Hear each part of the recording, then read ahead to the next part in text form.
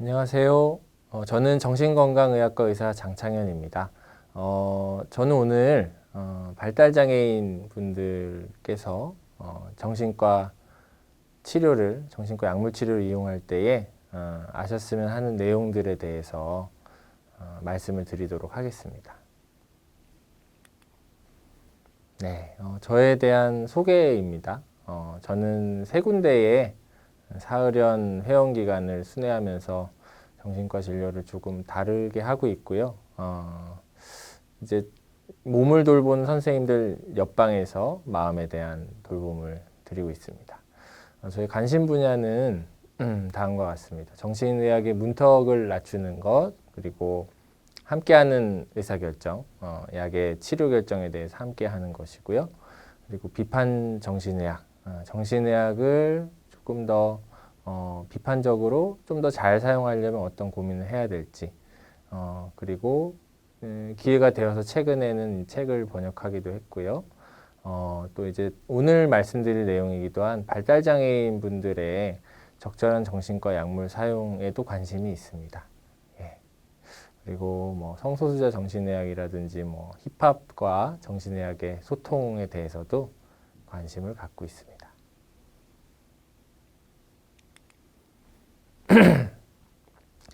네, 발달장애인 분들의 정신과적 어려움에 대해서 통계로 좀 살펴보시겠습니다. 대한민국의 발달장애 인구는 2014년 장애인 실태조사를 토대로 했을 때에 지적장애인은 20만 정도 되고요. 자폐장애인은 대략 2만 명 정도가 됩니다. 결코 이제 적지 않은 인구인데요. 이분들에 있어서 동반된 정신질환을 봤을 때는 지적장애는 25%, 자폐성 장애는 70% 정도, 그리고 문제행동 내지는 어려운 행동을 동반하는 경우는 지적장애는 20%, 자폐성 장애는 20에서 60%입니다. 적지 않은 비중이고요. 결국은 이 동반 정신질환이나 문제행동을 동반하는 경우에 정신과 이용을 하게 되죠. 그러면 이렇게 정신과 이용을 하게 되는 중요한 이유 중에 있는 이 어려운 행동에 대해서 혹은 뭐 문제 행동이라고도 하고요. 이것에 대해서 말씀을 드리겠습니다. 이것은 자신이나 다른 사람에 대한 공격 행동, 그리고 어떤 손상을 일으키는 행동, 또 새로운 기술 획득에 방해가 되는 행동. 그래서 결국 궁극적으로는 환자 자신을 사회로부터 고립시키는 모든 행동을 말합니다. 이에 대한 예시는 타인에 대한 공격, 자해, 상동행동, 초조, 파괴적 행동, 철회, 그리고 성적 행동 이런 것들이 있습니다. 또 어려운 행동, 뭐 문제 행동을 도전 행동 혹은 관심을 끌기 위한 행동이라고 해서 관심 행동이라고도 합니다. 그래서 이 문제 행동, 어려운 행동 혹은 동반 정신질환에 대해서 정신과 약물을 보통 사용하게 되는데 이 발달장애인 분들 여러 나라의 연구들을 보면 약물 사용의 경향이 굉장히 많습니다. 2015년 영국 연구를 보면 지적장애의 49%가 정신과 약물을 처방하고요. 이 중에 절반은 공존 정신과 질환에 대한 처방이고 나머지 절반은 문제 행동에 대한 처방이 되었습니다. 그리고 미국에서의 연구도 보면 발달장애 환자분의 60%가 정신과 약물을 처방받았고 그 중에 절반이 정신질환 진단을 받았다고 합니다. 그리고 이제 제가 참여하기도 했던 연구였는데요. 발달장애인의 정신건강 문제에 대한 빅데이터 분석을 했을 때 정신과 약물 평균 처방률이 무려 46.8%에 달했습니다. 이게 거의 반 정도가 정신과 약물을 드시고 계시다 할 수 있는데요. 과연 이분들에 대한 약물 처방 관리가 잘 이루어지고 있는지는 좀 의문이라고도 할 수 있습니다. 물론 본인이 직접 뭐 보호자 동반 하에 진료를 받는 경우도 있겠지만 뭐 시설에서 톡탁이 제도를 통해서 관리되는 경우도 있을 것이고요. 혹은 환자의 가족이나 시설의 돌봄 제공자가 환자를 대신해서 외래 진료를 받는 경우도 있을 것입니다. 환자 당사자분과의 소통이 원활하지 않고 직접 대면하지 못할 수도 있고 또 이제 돌봄 제공자에 따라서 정보 제공이 질과 양이 클 수도 있고 좋을 수도 있고 또 그렇지 않을 수도 있기 때문에 최적의 처방을 찾는 것은 쉽지 않을 수 있습니다. 제가 이제 전공의 시절에 직접 경험했던 발달장애인 분의 치료 사례입니다. 지적장애와 자폐증을 같이 가지고 계셨고요. 27세 남성분이었는데요.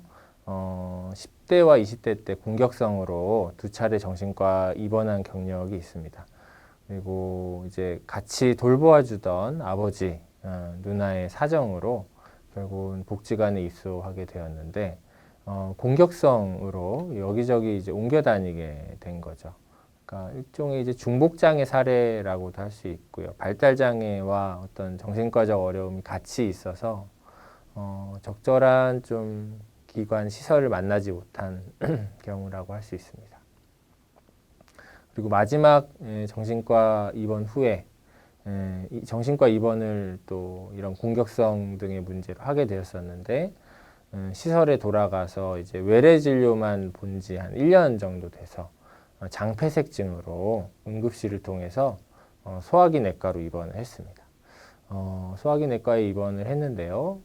근데 장폐색증 증상 자체는 좀 호전이 되었는데 그러면서 이제 정신과약이 좀 중단되고 그러면서 불면증, 안절부절 못한 사지 뻣뻣해짐 이런 약의 일종의 뭐 금단 증상이라고도 할 수 있고 약의 부작용이라고 할 수 있는 증상들이 좀 나타나고 또 이제 공격성이 좀 올라온다든지 치료 협조가 안 되는 행동 문제가 생겨서 정신건강의학과 협진을 통해서 정신과로 이제 전과가 되게 되었습니다.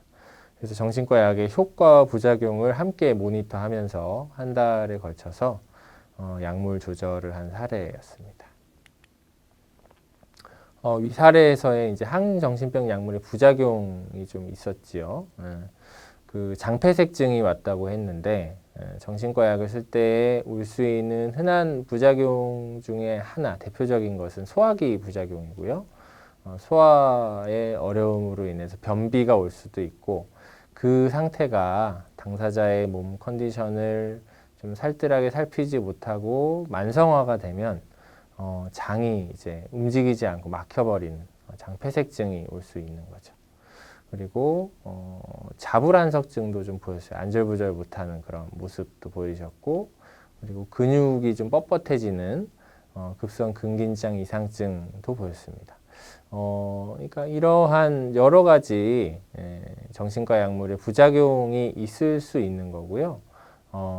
그렇기 때문에 또 중요한 게 약을 사용할 때에 효과는 어떤 효과를 보고 있는지 더불어서 어떤 불편감, 부작용을 경험하고 있는지를 함께 잘 살피는 것이죠.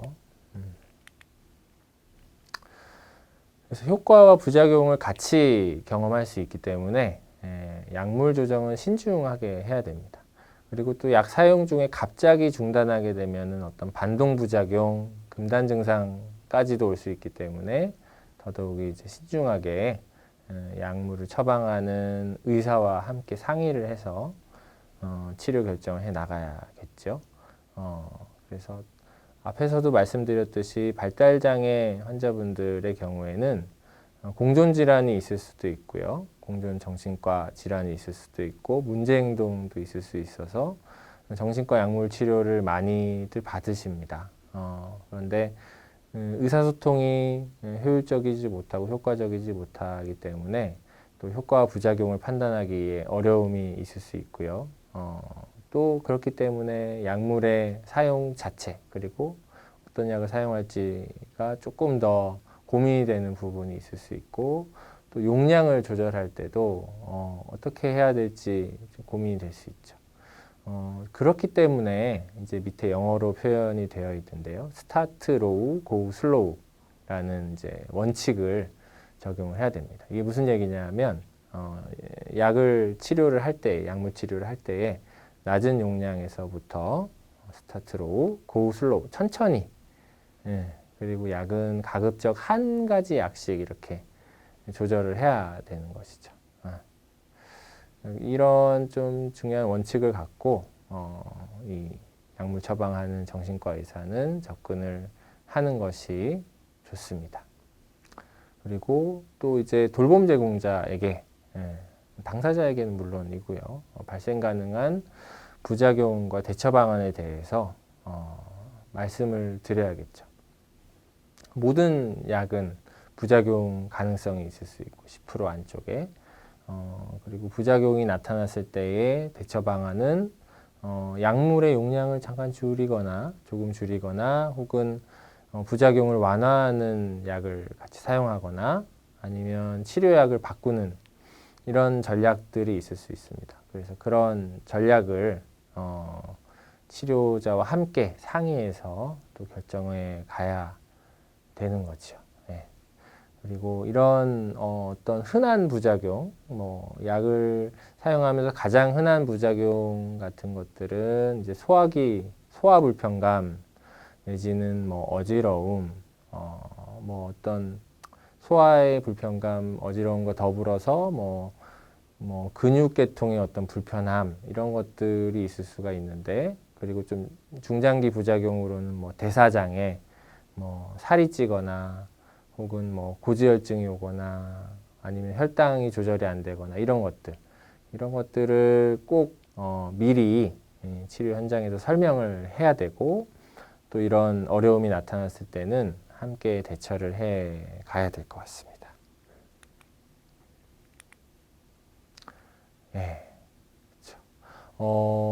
효과 우리가 부작용 얘기를 했는데요. 부작용이 있지만 부작용이 있다고 해서 약을 사용하지 않아야 될 거는 아니고요.